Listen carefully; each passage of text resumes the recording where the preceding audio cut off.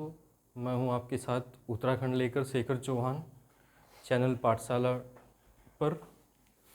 तो आज हम बात करेंगे उत्तराखंड का एक नया टॉपिक। आपका टॉपिक होगा नदी तंत्र, नदी अफवाह तंत्र के बारे में आज हम बात करते हैं आपके सामने। देखिए, अगर हम इंडियन ज्योग्राफी के उससे बात करें तो उत्तराखंड में एक नदी तंत्र होता है आपका। देखिए, नदी अफवाह तंत्र। देखिए, अगर हम इंडियन ज्योग्राफी के उससे बात करेंगे तो यहाँ उत्तराखंड में एक ही नदी तंत्र मानते हैं, वो आपका नदी तंत्र है। कौन सा? गंगा नदी तंत्र, गंगा नदी अफवाह तंत्र। अगर हम इसको उत्तराखंड के बारे में देखेंगे, अगर हम यहाँ क्या कर रहे हैं, उत्तराखंड का अध्ययन कर रहे हैं, तो हमारा राज्य उत्तराखंड और यहाँ हमें उत्तराखंड देखना है, तो इसमें हम क्या देखते हैं कि उत्तराखंड राज्य में नदी अफवाह तंत्र कितने होते हैं? तो 3 नदी तंत्र होते हैं। कितने नदी तंत्र हैं? 3 नदी अफवाह तंत्र है। पहला नदी अफवाह तंत्र जो आपका होता है उसको कहते हैं हम, पहला है आपका यमुना नदी अफवाह तंत्र। ठीक है, पहला है आपका यमुना नदी अफवाह तंत्र। देखिए, अफवाह तंत्र क्या होता है? ये होता है कि एक प्रमुख नदी और उसकी अन्य शाखाएं, उसकी अन्य सहायक नदियां, उनको हम क्या कहते हैं? नदी अफवाह तंत्र। जैसे यहाँ आपका अगर बात करेंगे तो गंगा नदी क्या होगी? प्रमुख नदी, और अन्य उसकी क्या होगी? सभी सहायक नदियाँ। यहाँ हम बात कर रहे हैं यमुना नदी, तो यमुना क्या होगी? आपकी प्रमुख नदी, और यमुना की और अन्य कौन कौन सी सहायक नदियाँ हैं वो राज्य में कहाँ से प्रवाहित हो रही हैं और कहाँ संगम बना रही हैं यमुना के साथ। दूसरा नदी तंत्र होता है आपका, जिसका नाम होता है गंगा अलकनंदा नदी अफवाह तंत्र। समझिए, एक है आपका गंगा अलकनंदा नदी अफवाह तंत्र, और एक हम देखते हैं इसी में कौन सा आपका काली नदी अफवाह तंत्र। कौन सा? काली नदी अफवाह तंत्र। 3 नदी अफवाह तंत्र है हमारे राज्य उत्तराखंड में। पहला है यमुना, गंगा अलकनंदा और काली नदी अफवाह तंत्र। देखिए, ये हमारा क्या है कि ये हमारा राज्य का सबसे पश्चिमी, ये क्या हमारा राज्य का सबसे पश्चिमी नदी अफवाह तंत्र है। कौन सा? सबसे क्या है? सबसे पश्चिम में स्थित है। कौन सा? यमुना नदी अफवाह तंत्र। ठीक, ये हमारा जो सीमा बनाता है राज्य की, तो ये बनाता है सीमा किसके साथ? हिमाचल प्रदेश के साथ हमारा सीमा बनाता है। कौन सा नदी तंत्र है? तो आपका यमुना नदी तंत्र है। दूसरा है हमारा अलकनंदा और गंगा नदी अफवाह तंत्र। ये क्या है कि ये राज्य के बीच में स्थित है। राज्य के बीच में कौन सा नदी अफवाह तंत्र है? तो गंगा और अलकनंदा। और सबसे पूर्वी नदी अफवाह तंत्र कौन सा हो जाएगा? तो सबसे पूर्वी दिशा में कौन सा नदी अफवाह तंत्र है? तो कौन सा है? काली नदी अफवाह तंत्र। और ये हमारा सीमा किसके साथ बनाता है? तो ये बनाता है आपका नेपाल के साथ। ठीक है, ये किसके साथ बनाता है? सीमा नेपाल के साथ हमारी सीमा साझा करता है काली नदी अफवाह तंत्र। तो कभी कभी क्वेश्चन ये भी पूछ लिया जाता है कि सबसे पश्चिमी नदी अफवाह तंत्र निम्नलिखित में से कौन सा होगा? सबसे पूर्वी नदी अफवाह तंत्र कौन सा होगा? राज्य के बीच से प्रभावित होने वाला नदी अफवाह तंत्र कौन सा होगा? गंगा अलकनंदा नदी अफवाह तंत्र। ठीक, देखिए यहाँ क्या कि सबसे बड़ा नदी अफवाह तंत्र कौन सा है? सबसे बड़ा नदी अफवाह तंत्र कौन सा है? देखिए, बड़े का मतलब क्या हो गया? देखिए, बड़ा हम किससे, अगर मैं आपसे पूछूं कि यहाँ सबसे बड़ा कौन है, तो साइज बताएंगे, साइज के आधार पर आप बताएंगे ये बड़ा ये छोटा। पर नदी का साइज मतलब क्या देखें? नदी अफवाह तंत्र का साइज मतलब, तो पहला देखते हैं हम किसके आधार पर? क्षेत्रफल के आधार पर। दूसरा मानक होता है आपका आयतन के आधार पर। किस आधार पर? आयतन के आधार पर। और एक आता है आपका लंबाई के आधार पर। किस आधार पर? लंबाई के आधार पर।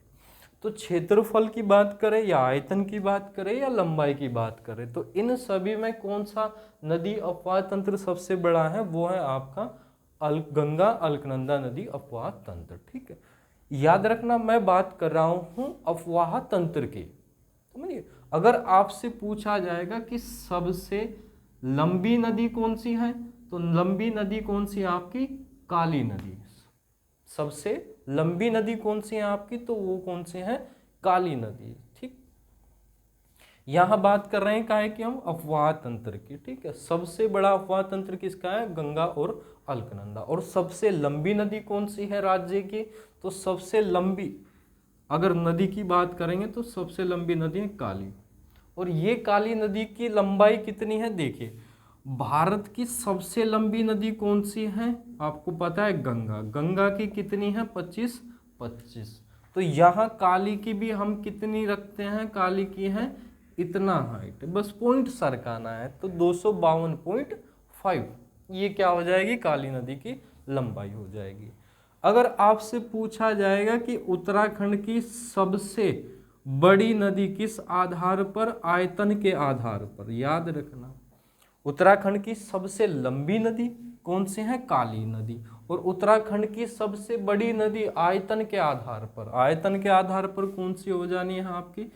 तो अलकनंदा आपकी नदी हो जानी है सबसे बड़ी नदी। कौन सी है? आयतन के आधार पर। किस आधार पर? आयतन के आधार पर। अ से आयतन और अ से अलकनंदा, आयतन के आधार पर। इसका आयतन कितना है? तो इसका आयतन है 439.89 वर्ग घन मीटर सेकंड। ये क्या है? इसका आयतन हो जाएगा। समझ गए? तो यहां मैंने आपको बताया कि नदी अपवाह तंत्र किसे कहते हैं? एक प्रमुख नदी और उसकी सहायक नदी। उत्तराखंड में कितने नदी अपवाह तंत्र हैं? 3। यमुना सबसे पश्चिमी और ये साझा करता है हिमाचल के साथ। और सबसे पूर्वी कौन सा है? काली नदी अपवाह तंत्र। ये किसके साथ करता है? नेपाल के साथ सीमा साझा करता है। और बीच से निकलता है गंगा अलकनंदा। सबसे बड़ा कौन सा है? गंगा अलकनंदा। ठीक, सबसे बड़ी नदी काली। और आयतन के आधार पर सबसे बड़ी नदी कौन सी हो जाएगी आपकी? तो आयतन के आधार पर सबसे बड़ी नदी भी हो जाएगी आपकी अलकनंदा। ठीक है, ये तो मैंने बताया आपको अपवाह तंत्र के बारे में। देखिए, ये जो आपका सबसे बड़ा अपवाह तंत्र है अलकनंदा अपवाह तंत्र, तो इसको हम 2 पार्टों में देखते हैं, 2 भागों में इसको देखते हैं। एक पार्ट देखते हैं इसका हम कौन सा? अलकनंदा नदी अपवाह तंत्र। कौन सा? अलकनंदा नदी अपवाह तंत्र। और एक आता है इसी का, देखते हैं कौन सा? हम देखते हैं भागीरथी नदी अपवाह तंत्र। नदी अपवाह तंत्र, तो इसको भी हम 2 भागों में देखते हैं, एक अलकनंदा नदी अपवाह तंत्र और एक कौन सा हो गया? भागीरथी नदी तंत्र। ठीक है, दोनों आपस में मिल जाती हैं, उसके बाद ये निर्माण करती हैं किसका? गंगा का। देवप्रयाग के बाद किस नाम से जानते हैं? गंगा के नाम से जानते हैं। अलकनंदा सहायक नदी है किसकी? गंगा की। ठीक है, भागीरथी और गंगा अलकनंदा दोनों मिलती हैं, गंगा का निर्माण करती हैं। ठीक है, अब आज हम देखेंगे कौन सा? तो आज देखेंगे अलकनंदा नदी अपवाह तंत्र। कौन सा? अलकनंदा नदी अपवाह तंत्र। ठीक, देखिए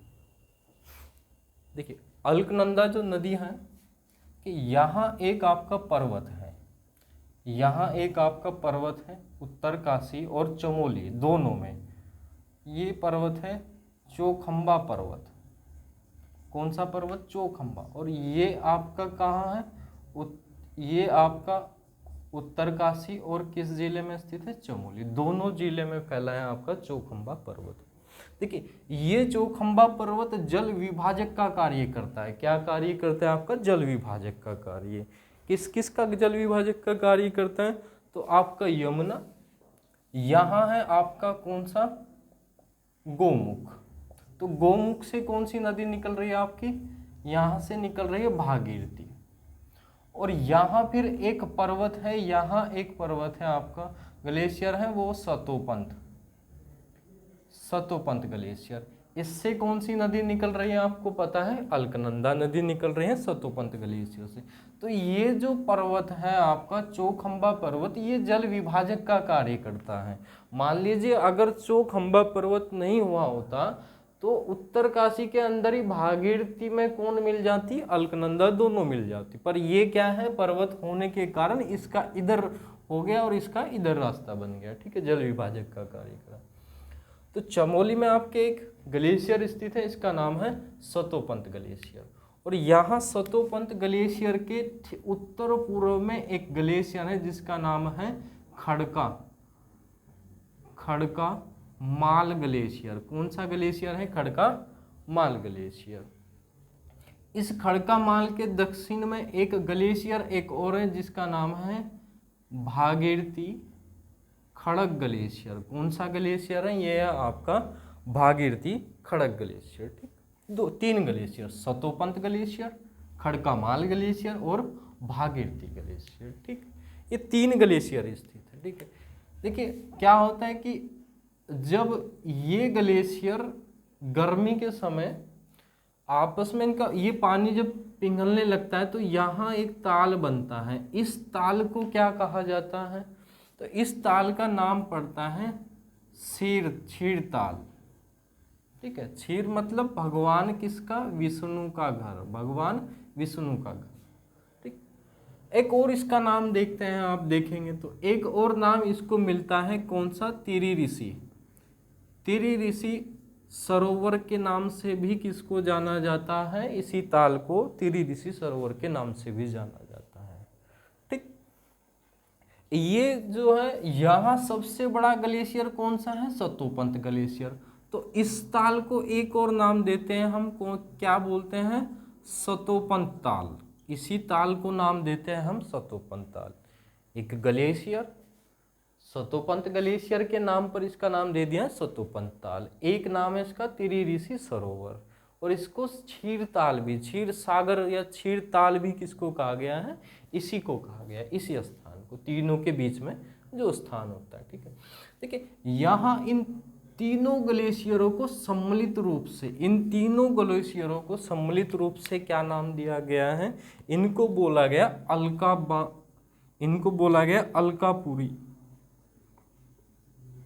अलकापुरी बांक ग्लेशियर, ठीक है। इन तीनों को अलकापुरी बांक ग्लेशियर, इन तीनों ग्लेशियरों को सम्मिलित रूप से बोला गया अलकापुरी बांक ग्लेशियर, ठीक है। आपको पता है अलकापुरी किसकी राजधानी थी, भगवान कुबेर की राजधानी क्या थी, अलकापुरी बांक ग्लेशियर थी, ठीक। चलो देखिए यहाँ तीनों ग्लेशियर हैं। एक ग्लेशियर है आपका भागीरथी खड़क ग्लेशियर। देखिए यहाँ शुरुआत में आपको नदियाँ बर्फ में दिखाई देंगी, ठीक है। नदियाँ क्या होती है, ग्लेशियर से जब आती तो सीधा ही पानी के रूप में ना आकर कुछ दूरी तक क्या होता है, बर्फ बना होता है। उसके बाद वो बर्फ पिघलना शुरू होता है तो आपको पानी के रूप में वो दिखाई देती है। तो सबसे पहले हमें नदी दृष्टिगोचर होती है कहाँ पर, भागीरथी खड़क ग्लेशियर के बाद, ठीक है। समझिए कौन से ग्लेशियर के बाद, भागीरथी खड़क ग्लेशियर के बाद। देखिए नदियाँ क्या करती हैं, अपर्दन करती हैं, परिवहन करती है और निक्षेपण करती हैं। अपर्दन क्या मतलब कटाव करती हैं।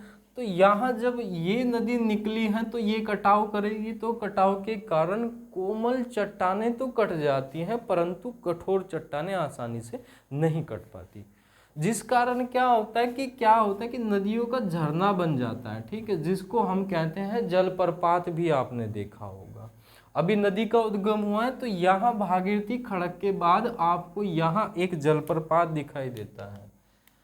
ये जलप्रपात कौन सा है आपका, वसुधारा जलप्रपात। इसको कहते हैं कौन सा जलप्रपात, वसुधारा जलप्रपात। कितना है, 112 मीटर इसकी क्या ऊंचाई है।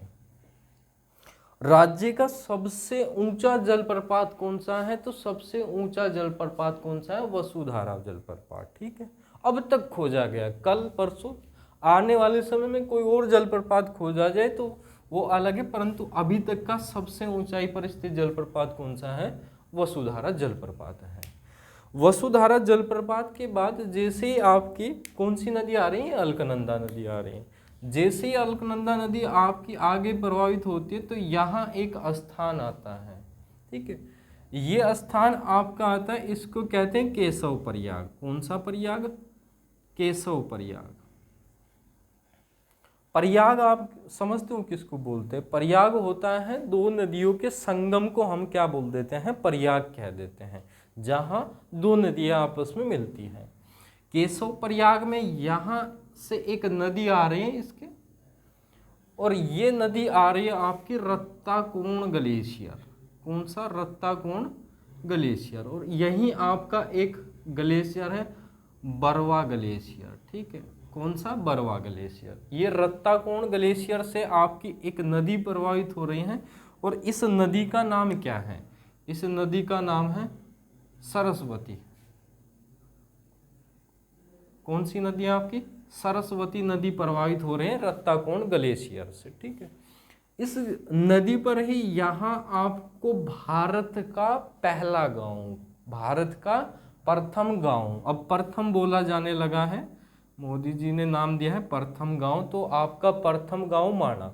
यही माणा के पास एक पुल है जिसको बोलते हैं हम भीम पुल। तो भीम पुल आपसे पूछा जाएगा कि भीम पुल कहाँ स्थित है, तो भीम पुल आपका माणा में स्थित है, ठीक है। और भीम पुल किस नदी पर स्थित है? तो भीम पुल सरस्वती नदी पर स्थित है।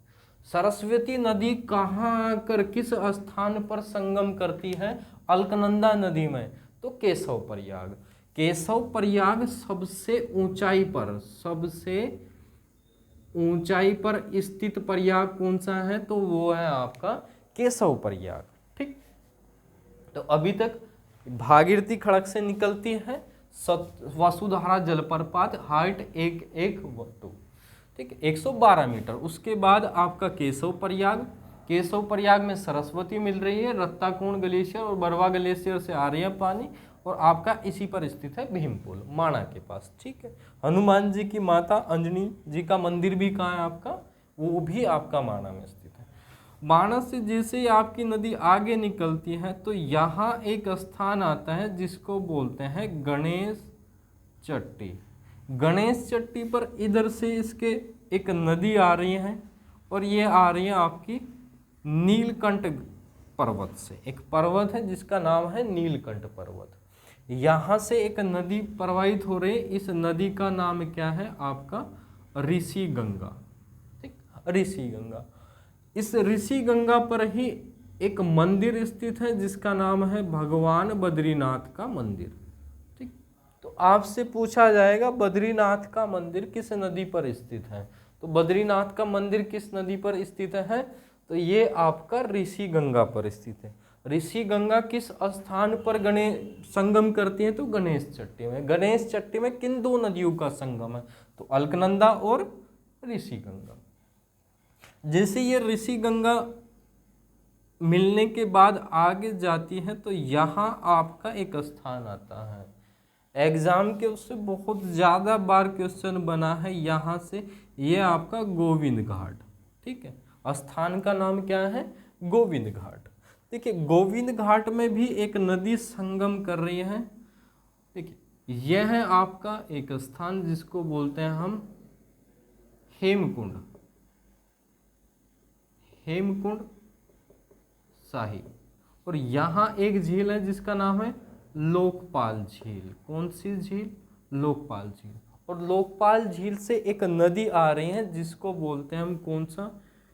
भिंडार गाड़। देखिए उत्तराखंड में नदियों को क्या बोला जाता है? गाड़ बोला जाता है। तो यहाँ आपकी एक नदी आ रही है जिसका नाम है भिंडार गाड़, ठीक। और यहाँ एक स्थान है आपका, ये हो गया आपका एक स्थान फूलों की घाटी। कौन सी घाटी? फूलों की घाटी। देखिए घाटी कौन बनाता है? घाटी बनाता है नदी। यहाँ अगर बात करूँगा तो कौन सी घाटी है? तो यहाँ है भिंडार घाटी। कौन सी घाटी? भिंडार घाटी। यहाँ कौन सी घाटी है? तो यहाँ कहेंगे हम कौन सी घाटी है? बरवा घाटी है, समझेंगे। और यहाँ कौन सी घाटी है? फूलों की घाटी। तो आप मुझे बताएंगे कि मैं आपसे क्वेश्चन कर रहा हूँ कि फूलों की घाटी किन दो घाटियों के मध्य स्थित है? फूलों की घाटी किन दो घाटियों के मध्य स्थित है? तो कौन सी है? भूंडार घाट, भूंडार घाट, और कौन सी? बरवा घाटी। ठीक है, आपसे क्वेश्चन बनेगा कि फूलों की घाटी के दक्षिण में कौन सी घाटी स्थित है? तो दक्षिण में कौन सी है? भूंडार। उत्तर में कौन सी है? तो बरवा घाटी। ठीक है, बरवा घाटी और भूंडार घाटी के बीच में निम्नलिखित में से कौन सी घाटी है? तो कौन सी है? फूलों की घाटी। ठीक, अब आप बोलेंगे कि यहाँ ये बरवा घाटी किसने बनाई? तो ये बनाई आपकी सरस्वती नदी ने। भूंडार घाटी किसने बनाई? तो भूंडार गाड़ ने बनाई है। तो फूलों की घाटी भी तो किसी ने बनाई होगी। यहाँ से कौन सी नदी निकलती है? तो यहाँ से एक नदी निकलती है और उसका नाम है, उसका नाम क्या है? पुष्पावती भी बोलते हैं, पर उसे क्या नाम देते हैं? घाघरिया नदी भी कहते हैं। कौन सी नदी? घाघरिया नदी भी उसी को कहते हैं, और इसी को कहते हैं पुष्पा नदी। झुकेगा नहीं, पुष्पा नदी भी किसको कहते हैं? इसी को कहते हैं। यहीं से एक नोला आता है आपका, ये शहरों वाला नोला नहीं, ये आपका फूलों की घाटी से नोला आ रहा है। इसका पानी क्या होता है? बहुत स्वच्छ पानी होता है। देखिए आप फूलों की घाटी से आ रहे हैं तो इसमें क्या आते हैं? फूलों की सुगंध वगैरह भी आती है, फूल बह कर आते हैं फूलों की घाटी से। ठीक है, इसका नाम ही क्या है? प्रियदर्शनी नोला। आपसे पूछा जाएगा कि प्रियदर्शनी नोला कहाँ कौन सी घाटी में प्रवाहित होता है? तो ये गुजरता है कौन सी घाटी में? फूलों की घाटी में। प्रियदर्शनी नोला, नाम भी गजब, समझिए। और उसके बाद ये नदी किस नाम से जानी जाती है? तो ये नदी आपकी भूंडारगढ़ जो नदी हो गई, और फिर आपकी पुष्पावती नदी हो गई, ये यहाँ आपका संगम बनाती है। ठीक है, और इसके बाद जैसे ये आगे प्रवाहित होती है ये नदी, तो यहाँ एक आपका स्थान आता है। ठीक है, स्थान कौन सा आता है? इसको बोलते हैं दो बाटा। कौन सा स्थान है आपका? दो बाटा। और दो बाटा का मतलब क्या होता है? दो बाटा का मतलब क्या होता है? दो बाटा का मतलब होता है रास्ता, और दो मतलब दो, जहाँ से क्या हो? दो रास्ते हो। तो यहाँ जैसे ये दो बाटा में आती है तो यहाँ से एक नदी आती है जिसको बोलते हैं हम कौन सी नदी? काक नदी। ठीक है, कौन सी नदी? काक नदी। और काक नदी कहाँ से आ रही है? तो ये आ रही है काक भूसंडी ताल। एक ताल का नाम है क्या? काक भूसंडी ताल नाम से कौन सी नदी आ रही है? काक नदी। कौवा नदी भी इसको कहा जाता है। ठीक है, आपसे क्वेश्चन किया जाएगा कि वह कौन सा स्थान है जहां पर कौवे नहीं पाए जाते? ठीक है, उत्तराखंड में वह कौन सा स्थान है जहां पर कौवे नहीं पाए जाते हैं? आपको बताना है, कमेंट करेंगे। दूसरा आपसे पूछा जाएगा कि कौवों का स्वर्ग किसको कहा जाता है? कौवों का स्वर्ग मतलब जहां कौवे मरने के लिए आते हैं। ठीक है, समझ गए? कहते कि वहां अगर आकर कोई कौवा की मृत्यु होती है तो उसको कौन सा वास मिलता है? स्वर्गवास मिलता है। ठीक है, उसका स्थान क्या होता है? वो स्वर्ग में जाते हैं। तो वो कौन सा है आपका? काक नदी। कहाँ? काक भूसंडी। इसके बाद जैसे हम आते हैं तो इसके बाद एक स्थान आता है आपका, और ये आपका पहला प्रयाग आ जाएगा। इसका नाम है कौन सा प्रयाग? विष्णु प्रयाग। कौन सा प्रयाग? विष्णु प्रयाग। देखिए, एक होता है आपका प्राचीन, एक होता है आपका पौराणिक। समझ गए? प्राचीन और पौराणिक में अंतर होता है। मैं आपसे पूछूं कि अलकनंदा नदी का पौराणिक नाम क्या है? पौराणिक मतलब जो पुराणों में मिला है, तो पुराणों में इसको क्या कहा गया है? विष्णु गंगा कहा गया है। अलकनंदा नदी का अगर मैं पौराणिक नाम कहूं तो क्या मिलता है? विष्णु गंगा। अगर मैं बात करूं कि प्राचीन नाम क्या है, तो इसका प्राचीन नाम हमें मिलता है हिरण्यक नदी। कौन सा? हिरण्यक नदी। हिरण्यक नदी मतलब हिरण्यक पर्यायवाची होता है सोने का पर्यायवाची। कहते हैं कि ये नदी अपने साथ क्या लेकर आती है? सोना लेकर आती है, इसीलिए इसको क्या कहते हैं? हिरण्यक नदी कहते हैं।